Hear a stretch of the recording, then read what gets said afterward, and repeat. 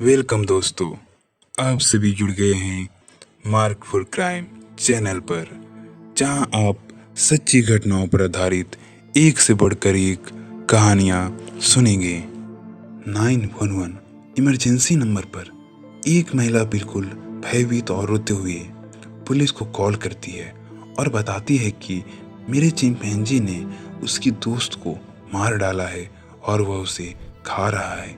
आइए चलते हैं आज की कहानी की तरफ। कुत्तों, बिल्लियों और पंछियों को लोग पालतू जानवर के रूप में रखते हैं, क्योंकि ये पालतू जानवर बिना कोई शर्त के हमें प्यार और सहयोग करते हैं। ये पालतू जानवर आमतौर पर हमारे परिवार का हिस्सा बन जाते हैं और हमें इनसे काफ़ी लगाव हो जाता है। लेकिन कभी कभी कुछ लोगों के शौक अलग ही होते हैं। वे इन पालतू जानवर के बजाय अपने शौक के लिए इन सब से हटकर एक्जोटिक जानवर जैसे बाघ, शेर, चीता, चिंपैंजी ये सब अपने साथ रखना पसंद करते हैं, जो जंगली जानवर होते हैं। पर क्या ये जंगली जानवर पालतू बन सकते हैं? ऐसे जानवरों को पालने वाले कुछ मालिक ये सोच सकते हैं कि उनके प्यारे जानवर कभी उनके लिए घातक हो सकते हैं, जिसे वे अपने घर में शरण दे रहे हैं, जो लोगों और संपत्ति को भीषण नुकसान पहुंचाने में सक्षम है। लेकिन कुछ ऐसे जंगली जानवरों के मालिक को जब तक यह कठोर सच्चाई का पता चले तब तक बहुत देर हो चुकी होती है। ऐसे ही एक सच्ची घटना पर आधारित आज मैं आपको एक कहानी सुनाने जा रहा हूँ, जो जंगली, भीषण और अविश्वसनीय रूप से बहुत दुखद है। यह उन लोगों के लिए भी चेतावनी है जो अपने शौक के लिए एक्जोटिक जंगली जानवर रखने का सपना देखते हैं। 21 अक्टूबर 1995 को फेस्टस, मिसौरी के पास माइक और कोनी ब्राउन केसी के परिसर में एक चिंपैंजी का जन्म हुआ, जिसका नाम ट्रेविस रखा गया था। कोनी केसी ने कोको नाम के एक नर चिंपैंजी को पाला था, जिसे वह 1970 के दशक में अफ्रीका के जंगलों से $12,000 में खरीदा था। उसके खरीदे जाने के पहले उसके पास सूजी नाम का मादा चिंपैंजी थी, जो एक चिड़ियाघर से रिटायर्ड हुई थी। 1995 में सैंडी और जेरी हेरोल्ड ने फेस्टस, मिसौरी में चिंपैंजी ब्रीडर केनी केसी को संपर्क किया था। वे उनसे एक बेबी चिंप खरीदना चाहते थे। वे चिंपैंजी को अपने घर स्टैमफोर्ड, कैनिकट में पालतू जानवर के रूप में साथ रखना चाहते थे। 21 अक्टूबर 1995 को केसी ने सैंडी को फ़ोन किया और उससे कहा, तुम्हारा बच्चा आ गया है और सैंडी के लिए ये नन्ही चिंपैंजी वास्तव में एक बच्चे की तरह बन जाएगी। केसी के कॉल के बाद सैंडी जल्दी से उस चिंपैंजी से मिलने के लिए निकली, जिसका वह बेसब्री से इंतजार कर रही थी। लेकिन सूजी से बच्चे को लेने के लिए केसी को चिंपैंजी की मां को शांत कराना पड़ा।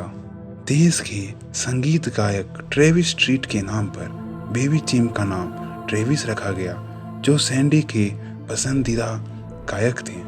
एक नवजात शिशु के रूप में ट्रेविस का शरीर हर जगह से काले बालों से ढका हुआ था, लेकिन उसका चेहरा गुलाबी था। सैंडी पहली बार चिंपैंजी के बच्चे से मिलते समय रोई थी। जब उसने उसके छोटे हाथों और पैरों को पकड़ा और बेबी चिंप ने भी उसे पकड़ा, तो सैंडी ने बिना कुछ सोचे $50,000 नकद भुगतान किया और जल्द ही 3 दिन के नन्हे चिंपैंजी को फ्लाइट से अपने साथ घर ले गए। एक इंसान के बच्चे की तरह उसे उसका खाना बोतल से देती, यहाँ तक उसे झूले से झुलाकर सुलाती। हर समय सैंडी और जेरी के साथ वह खेलता और ट्रेविस को अंग्रेजी भी समझाने लगे कि कैसे उसका जवाब देना है। वह उसे दांत ब्रश करना सिखाया, बिल्कुल एक इंसान की तरह, यहाँ तक कि उसके लिए एक बड़ा अलमारी भी खरीदा, जिसमें वे हर सुबह ट्रेविस को कपड़े पहनाते थे। अब वह तेजी से बड़ा हो रहा था। उसने और अधिक घूमना शुरू कर दिया। अब वह पहले की तरह खुद को फर्श पर घसीटने से संतुष्ट नहीं था। उनका घर बड़ा था, लेकिन बढ़ते हुए चिंपैंजी को संतुष्ट करने के लिए उचित नहीं था। उन्हें जल्द ही अपने घर को उसकी जरूरत के हिसाब से बदलना पड़ा। उनके अधिकांश घर के हिस्से को ट्रेविस के लिए डिजाइन किए गए थे। उसके लिए न सिर्फ एक बड़े से पिंजरे की तरह एक बड़ा रूम बनाया गया, बल्कि उसमें उसे सोने के लिए एक बेडरूम था जो एक आउटडोर से जुड़ा था, जिसमें वह खेल कूद सके। वहाँ टायर, रस्सी और खंबे थे। उन्होंने उसे एक्स्ट्रा रूम भी दिए थे कि जब वह अकेला हो तो इधर उधर जा सके। वे दोनों जब घर से बाहर जाते थे तो ट्रेविस के बेडरूम में ताला लगा देते थे, पर जब वह घर में होते थे तो ट्रेविस पूरे घर में घूमता था। यहाँ तक ट्रेविस कभी कभी उनके कमरे में भी सोता था और उनके बाथटब में भी साथ नहाता था। ट्रेविस अपना भोजन उनके साथ एक ही टेबल पर करता और जैसे जैसे बड़ा होते गया, अपने रात के खाने के साथ ग्लास से शराब भी पीने लगा। उनका सारा जीवन ट्रेविस के आसपास ही घूमने लगा और वे उसे अपने साथ अपने काम पर भी ले जाने लगे। हेरोल्ड ने एक टॉइंग कंपनी खरीदा था और उस टॉक शॉप के ऊपर एक बड़ा कमरा था। वे उस कमरे में खम्भे में रस्सी और टायर लगा दिए थे ताकि ट्रेविस वहाँ खेल सके। सैंडी की एक बेटी थी जिसका एक छोटा सा बेटा टाइलर था। ट्रेविस और टाइलर दोनों एक ही उम्र के थे। टाइलर ट्रेविस के साथ खेलता था। भले ही दोनों उम्र में समान थे, लेकिन ट्रेविस टाइलर की तुलना में जल्दी बड़ा हो गया और ट्रेविस अक्सर टाइलर की देखभाल करता था। वह उस बच्चे को अपनी गोद में लेता और उसे किस भी करता था। हेरोल्ड वास्तव में ट्रेविस को एक इंसान के बच्चे की तरह मानते थे। उसे अपने साथ बीच पर ले जाते थे, उसे बाइक चलाना सिखाते थे और यहाँ तक घास काटने वाले गाड़ी को भी चलाना सिखाते थे। वह घर के पौधों को पानी देता, घोड़ों को खाना खिलाता और खुद से ही फ्रिज से पानी लेकर पीता था। यहाँ तक कि वह उनके साथ रेस्टोरेंट भी जाता था। हेरोल्ड का मानना था कि उन्होंने ट्रेविस को पालतू और सामाजिक बना दिया था, क्योंकि उन्होंने उसे एक इंसान की तरह रखा और उसे माना भी, और वह लगभग वैसा ही बन गया था। वे उसे पालतू जानवर के रूप में नहीं बल्कि अपने परिवार के हिस्से के रूप में देखते थे। सैंडी ने विशेष रूप से ट्रेविस को अपने बेटे के रूप में देखा। ट्रेविस जल्दी ही स्टैमफोर्ड में एक स्थानीय हस्ती बन गया था। पुलिस उसके साथ फोटो लेते और अनजाने लोग भी हेरोल्ड से ट्रेविस के साथ फोटो लेने के लिए पूछने लगे। कभी कभी तो ट्रेविस उनके बच्चे को गोद में लेकर पोज देता। हेरोल्ड उन्हें अपने बिजनेस के विज्ञापन के लिए भी इस्तेमाल किया, क्योंकि ट्रेविस अब स्टैमफोर्ड में बहुत प्रसिद्ध हो गया था और वहाँ का सेलिब्रिटी बन गया था। उनके जीवन में सब कुछ अच्छा चल रहा था, लेकिन एक दिन एक सड़क दुर्घटना में सैंडी के बेटी सू की मृत्यु हो गई, जिससे उसकी माँ सैंडी बहुत ही दुखी हो गई थी। इस दुखद घटना के बाद सैंडी ट्रेविस को अपना एकमात्र बचा हुआ बच्चा मानती थी। ट्रेविस उनके बच्चे का भूमिका अच्छे से निभाया और उनके और करीब आ गया। हालांकि वह अक्सर ऐसा व्यवहार करता था जैसे कि वह इंसान था, लेकिन जल्द ही समझ जाएंगे कि वे ट्रेविस को हमेशा नियंत्रित नहीं कर सकते। अक्टूबर 2003 जब वे दोनों ट्रेविस के साथ अपनी कार से स्टैमफोर्ड शहर के रास्ते जा रहे थे, तो वे किसी वजह से अपनी कार को रोका तो किसी ने एक प्लास्टिक का बोतल आधी खुली खिड़की से जहां ट्रेविस बैठा था वहां फेंक दिया। इससे ट्रेविस घुरघुराते हुए देखा और अपनी सीट बेल्ट निकाला, दरवाजा खोला और सड़क के आर पार चलने लगा। सड़क पर निकलते समय ट्रेविस कारों पर चढ़ने लगा और इधर उधर झूलने लगा और बस हंसता और चीखता। हेरोल्ड उसे वापस कार में लाने की कोशिश किया। उन्होंने उसे कुकीज और आइसक्रीम का लालच भी दिया, पर कुछ भी उसे शांत न कर पाया और ना ही वापस ला सका। कुछ समय बाद उस चिंपैंजी को पकड़ने के लिए वहां पुलिस को बुलाया गया, लेकिन ट्रेविस पुलिस को खेल की तरह लिया और वह उनको दौड़ाने लगा। 2 घंटे तक ट्रेविस स्थानीय पुलिस से बचता रहा, लेकिन अंत में वह इस खेल से थक जाता है और हेरोल्ड्स के वाहन के पास जाकर दरवाजा खोलकर अंदर बैठ जाता है और अपनी सीट बेल्ट बांध ली। ट्रेविस की इस हरकत से हेरोल्ड उसे अगले दिन कमरे में बंद कर देते हैं। इस घटना के बाद पुलिस ने भी चिंता जताई और यह भी स्पष्ट था कि हेरोल्ड का उस पर पूरी तरह नियंत्रण नहीं था। यहाँ तक पुलिस उसे पकड़ भी नहीं पाई थी। इस घटना ने सबका बहुत ध्यान आकर्षित किया और इसकी वजह से राज्य के पर्यावरण संरक्षण विभाग को ट्रेविस के बारे में पता चला। उन्होंने निर्धारित किया कि हेरोल्ड कानून का उल्लंघन कर रहे थे और ऐसे एक्जोटिक जानवर के लिए उन्हें पहले परमिट लेने का आवश्यकता थी। इसके बावजूद उन्होंने ट्रेविस को उनसे लेने का फैसला नहीं लिया क्योंकि वह वहाँ का सेलिब्रिटी के रूप में था और उन्होंने भी फैसले में नरमी दिखाई। वे ये भी बोले कि उन्हें विश्वास नहीं होता कि ट्रेविस सार्वजनिक सुरक्षा के लिए खतरा है। यह भी हो सकता है कि स्टैमफोर्ड के अधिकांश पुलिस अधिकारी ट्रेविस को अच्छी तरह जानते थे और उनमें से लगभग सभी ने कभी न कभी उसके साथ फोटो खिंचवाई थी, जिसने इस घटना पर उनकी राय को प्रभावित किया होगा। हालांकि लिन डेना बियांक नाम का एक पशु नियंत्रण अधिकारी इस घटना से बहुत चिंतित था। ट्रेविस को रखने को लेकर वह सैंडी को बताने आता है कि एक नर वयस्क चिंपैंजी 5 इंसानों के जितना ताकतवर होता है और कभी भी हिंसक हो सकता है। डेला बियांक उसे यह भी बताते हैं कि क्योंकि ट्रेविस अब वयस्क हो गया है, अब वह यौन परिपक्वता तक पहुंच गया है और जंगली चिंपैंजी प्रतिदिन किसी न किसी प्रकार से यौन गतिविधियों में शामिल होते हैं, कभी कभी तो दिन में 50 बार भी। डेला की इस चेतावनी को सुनते ही सैंडी इसे खारिज कर देती है। उसने कभी ट्रेविस को इस तरह का व्यवहार और हिंसक होते नहीं देखा। फिर भी अधिकारी डेला बियांक ने आग्रह किया ट्रेविस 30 या 40 वर्ष की आयु तक ही जीवित रहेगा और वह उसके व्यवहार को हमेशा के लिए भविष्यवाणी नहीं कर सकती। डेला ने बाद में यह भी बताया कि सैंडी जानती थी कि वह ट्रेविस को हमेशा अपने पास नहीं रख सकती। जब वह और बड़ा हो जाएगा, एक दिन उसे किसी अभयारण्य में छोड़ना होगा। इन घटनाओं के 2 साल पहले 2001 में ट्रेविस के बीडर कॉनी केसी ने सैंडी को बताया था कि ट्रेविस के माता पिता सूजी और कोको और कुछ अन्य चिंपैंजियों के साथ अपने पिंजरे से भाग गए थे। वे वहां से भाग जाने के बाद उन्होंने 17 वर्षीय जैसन कोट्स के वाहन पर हमला किया था। जैसन और उसका दोस्त वाहन के अंदर फंस गया था क्योंकि चिंपैंजी दांत से काट रहे थे और वाहन को हिला भी रहे थे। जैसन जैसे तैसे वहां से बचकर निकला और अपने घर की तरफ भागा और शॉटगन लेकर वापस आया।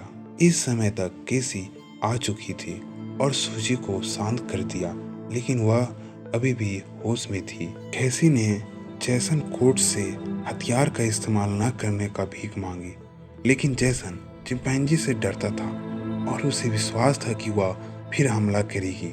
उसने 3 बार गोली मारी और घटना के 2 घंटे बाद ही सूजी की मौत हो गई। इस घटना के बाद यह मामला अदालत में गया और वहां कुछ लोगों ने गवाह दिया कि चिंपैंजी चंचल और फ्रेंडली थे। कोर्ट्स को संपत्ति का नुकसान और जानवरों पर दुरुपयोग के लिए 1 महीने की सजा सुनाई गई, पर उन्होंने ये भी टिप्पणी किया कि चिंपैंजी ने उसके लिए खतरा पैदा किया था। इसके अलावा 1996 में ट्रेविस के साथ एक घटना घटित हुई थी जहां उसने वास्तव में दिखाया था कि वह आक्रामक हो सकता है। सैंडी की एक दोस्त लेस्ली मॉस्टिल पॉल ने जब ट्रेविस को हेरोल्ड्स के वाहन में देखा तो उसने पूछा कि क्या वह उससे हाथ मिलाकर हेलो कहने के लिए बोल सकती है।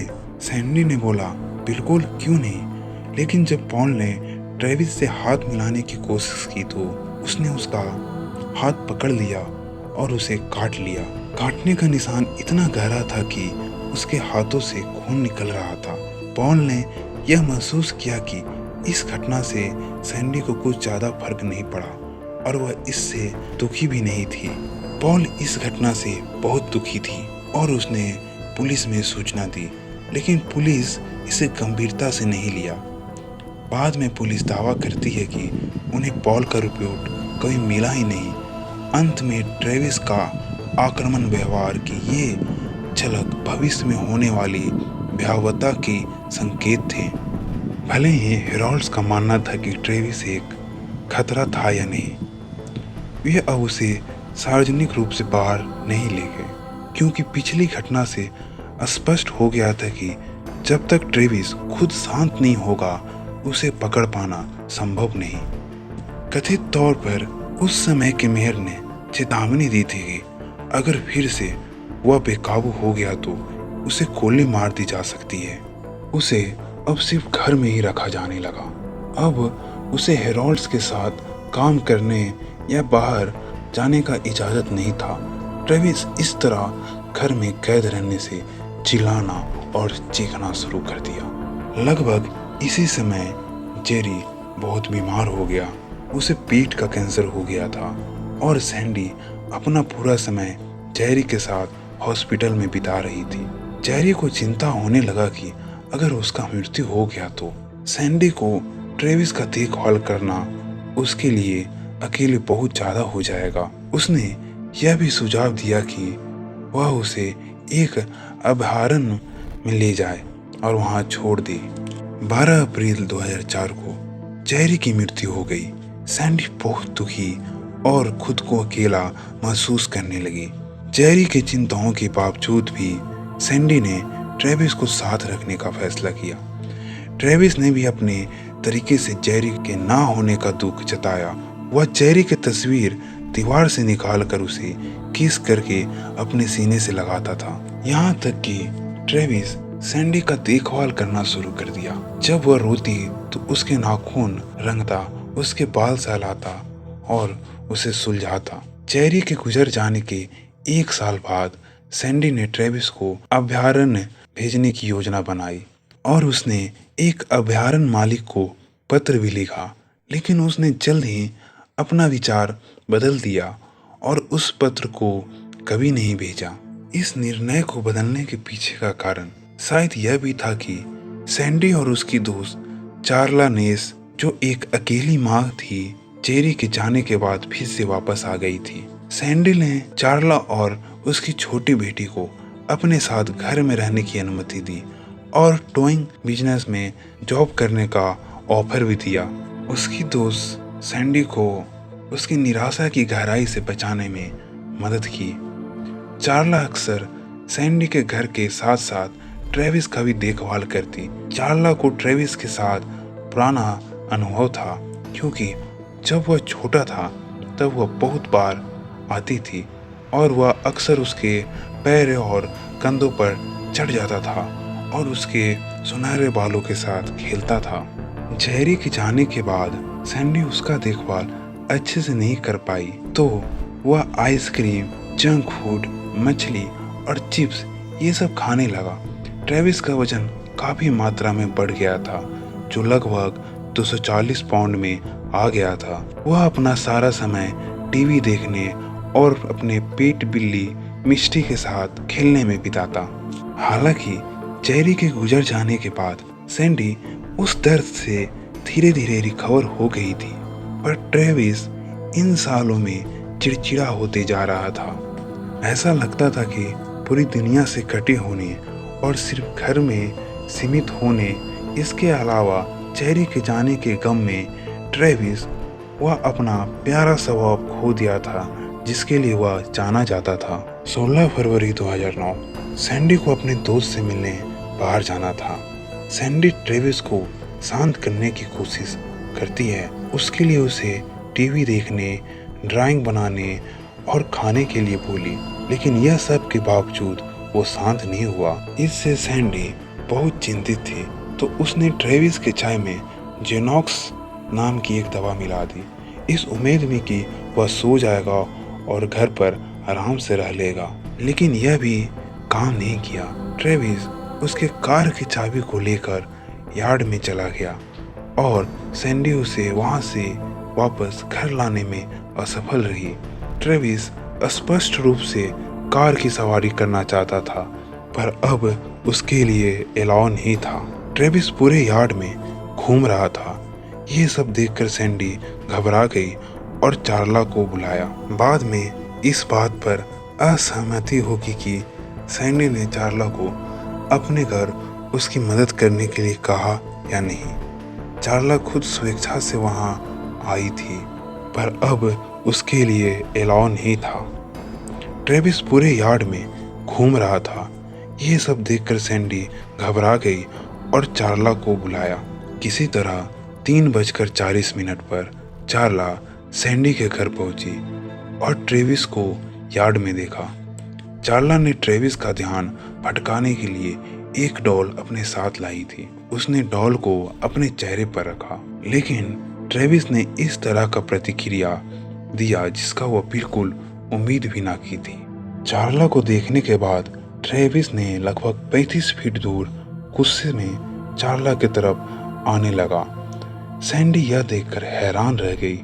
वह उस पर चिल्लाई कि यह चार्ला है, उसे रुकने को बोला, लेकिन ट्रेविस ने इसे नहीं सुना।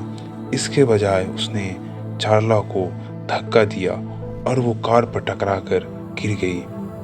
अचानक उसके हमले को देखकर सैंडी उसे रोकने के लिए चिल्लाई, लेकिन जब ट्रेविस ने कुछ नहीं सुना तो उसने बर्फ का फव्वारा पकड़ा और उसके सिर पर मारा।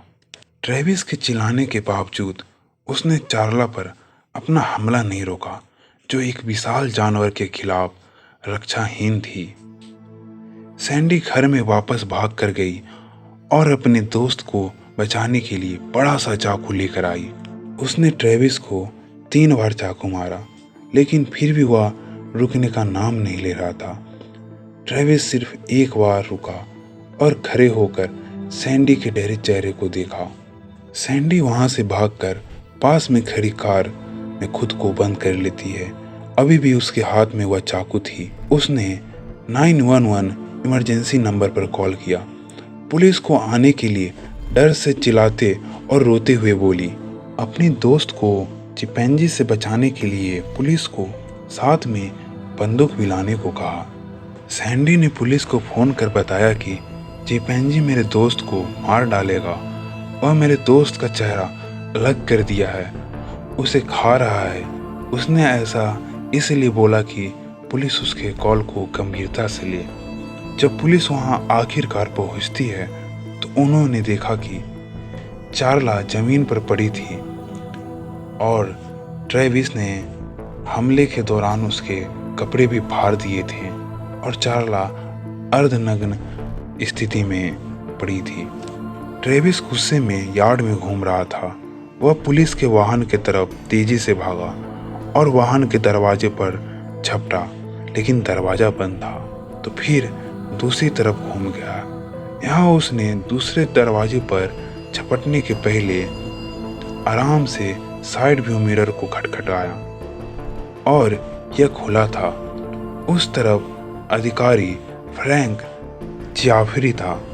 उन्होंने बताया कि ट्रेविस नियंत्रण से बाहर था। उसने ट्रेविस को पहचान लिया था कि उसने एक साथ पुलिस स्टेशन में और कई पुलिसों के साथ तस्वीरें ली थी। अधिकारी जाफरी ट्रेविस के खून के सने चेहरे से चौंक गए और उन्होंने अपनी बंदूक निकाल ली और मुझे उसके नुकीले लंबे दांतों में खून लगा दिखाई देता है। तो मैंने उस पर तभी गोली चलाना शुरू कर दिया। ट्रेविस को 4 बार गोली मारी गई थी। पहले तो उसने कोई प्रतिक्रिया नहीं दिया, फिर वह चिल्लाया और भाग गया। अधिकारियों के एक समूह ने उसका पीछा किया, लेकिन वह उथल पुथल के दौरान घर में वापस घुसने में कामयाब रहा और अपने कमरे में चला गया। वहां जाकर अपने सभी घावों के पीड़ा से वह गिर गया और वहीं उसकी मृत्यु हो गई। घटनास्थल पर इस नरसंहार के लिए पुलिस ने सोचा भी नहीं था। चौंकाने वाली बात यह है कि चार्ला अभी भी जीवित थी और वह अधिकारियों को ध्यान अपनी तरफ लाने की कोशिश कर रही थी। इस भयानक हमले के बाद उसकी नाक, उसकी दोनों आंखें, होठ, खोपड़ी नष्ट हो गई थी। उसके चेहरे की अधिकांश हड्डियां टूट गई थी और उसने अपना एक हाथ भी खो दिया था। चोट बहुत भीषण और व्यापक थी। चार्ला को बहुत गंभीर हालत में आनंद फानन में क्लीनलैंड क्लिनिक भेजा गया और वहां 7 घंटे तक की उसकी सर्जरी चली और इस तमाम बाधाओं के बावजूद वह बच गई। हालांकि डॉक्टर उसके जबड़े को फिर से जोड़ने के लिए सक्षम थे, लेकिन चिंपैंजी ने उसे एक ऐसा जख्म दे दिया था जो कभी नहीं बढ़ सकता था। चार्ला अस्थायी रूप से अंधी हो चुकी थी। इस कहानी ने पूरी दुनिया को झकझोर कर रख दिया था। इस चौंका देने वाले मामले के बाद सैंडी रिपोर्टर्स के निशाने पर आ गई थी। वे लोग सैंडी के घर के आसपास उसका इंटरव्यू के लिए इंतजार करते रहते थे, लेकिन इस घटना के बाद सैंडी किसी से भी बात करने के लिए मना कर दी। प्रेस की नज़रों में सैंडी को बुरा बताया जाने लगा और ट्रेविस के लिए दोषी भी।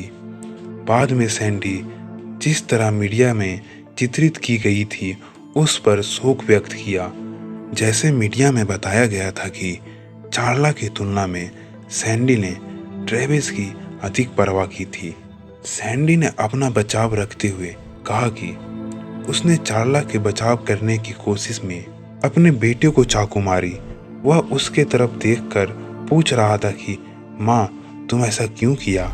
उसने बाद में यह भी बताया कि ऐसा लगा जैसे कि उसने खुद को चाकू मार लिया है। इससे वह बहुत परेशान थी। सैंडी तब और भयभीत हो गई जब ट्रेविस की पसंदीदा टी शर्ट देने के लिए शमशान में गई और पता चला कि जिस चिंपैंजी को वो अपना बच्चा समझती थी उसका सिर काट दिया गया था ताकि रेबिस परीक्षण किया जा सके। परीक्षण के परिणामों से पता चला कि उसे रेबीज नहीं था, जो उसे हिंसक हमलों का व्याख्या करता है। बाद में हिंसक हमले के लिए अन्य स्पष्टीकरण दिए गए। हालांकि सैंडी ने ट्रेविस को एक इंसान के पुत्र में देखा और व्यवहार किया, पर वह एक जंगली जानवर था, चाहे वह कुछ भी मानती हो। चिंपैंजी बहुत प्रादेशिक होते हैं और जब उन्हें लगता है कि उनके स्थान या साथी को खतरा हो रहा है तो वो अक्सर हिंसक हो जाते हैं।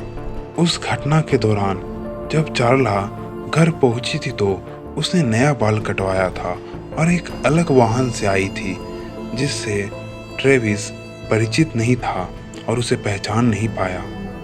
जबकि दूसरों का मानना था कि चिंपैंजी ने अपना 14 साल असली रूप इसलिए दबा के रख पाया क्योंकि वह इतने लंबे समय तक इंसान की तरह रहा। वे सोचते हैं कि हमला समझ के बाहर था क्योंकि यह केवल कुछ समय पहले की बात है जब चिंपैंजी उस जानवर की तरह काम करा जो वास्तव में था।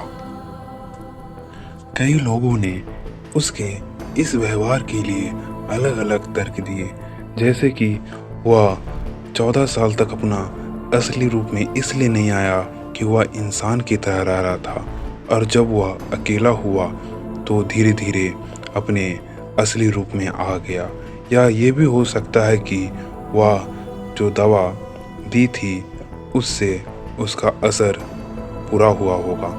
बहुत लोगों का यह भी मानना था कि उसे जंगल में ही रहना चाहिए था, ना कि उसे शराब पीना और घर में रखना चाहिए था। सैंडी हर रात एक कलश के साथ सोती थी जिसमें ट्रेविस के शरीर की राख रखी थी। जब सैंडी की मृत्यु 2010 में 72 वर्ष की आयु में हो गई तो उसके हाथ में कलश के साथ उसे दफना दिया गया। चूँकि हमले के 15 महीने बाद उसकी मृत्यु हो गई। कुछ ने कहा कि अपनी बेटी, पति और चिंपैंजी को खोने के बाद जिसे वह एक बेटे की तरह मानती थी और अपने करीबी दोस्त को अपंग होने के कारण उसका दिल टूट गया था और इसी के गम में उसकी मृत्यु हो गई। हमले के 1 महीने बाद ही चार्ला के परिवार ने सैंडी पर मुकदमा कर दिया था। उन्होंने $50 मिलियन की मांग की, पर अंत में उन्हें $4 मिलियन ही मिला। फिर कैनिकट राज्य पर 150 मिलियन के लिए मुकदमा करने का प्रयास किया। जैसा कि उसने दावा किया, वे जानते थे कि ट्रेविस पिछली घटनाओं से खतरनाक था, लेकिन वह केस हार गए।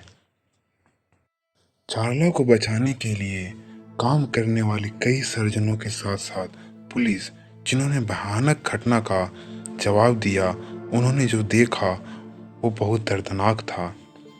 फिर भी यह चार्ला ही थी जिन्होंने अविश्वसनीय रूप से अपना लालचीपन दिखाया।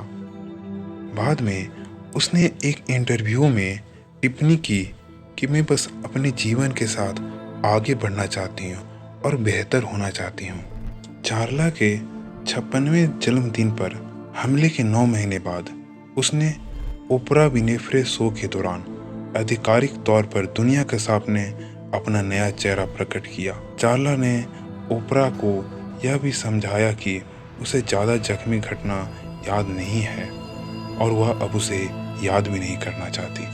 ट्रेविस और चार्ला की दुखद कहानी कोई अकेली घटना नहीं है।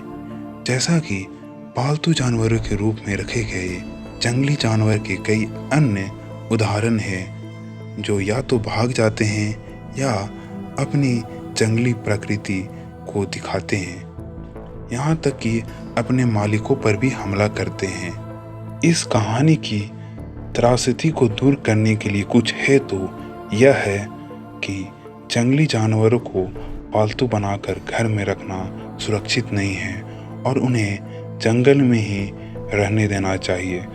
चाहे उन्हें कितना भी प्यार किया जाए, वह जंगली जानवर ही रहते हैं। दोस्तों, अगर आपको यह कहानी अच्छी लगी तो please like, share and subscribe कर दी और बेल आइकन को भी दबाना मत भूलें ताकि आपको हमारी नई वीडियो की अपडेट मिलती रहे। जुड़े रहिए मार्क्ड फॉर क्राइम चैनल पर। मिलते हैं आपको एक नई कहानी के साथ। धन्यवाद।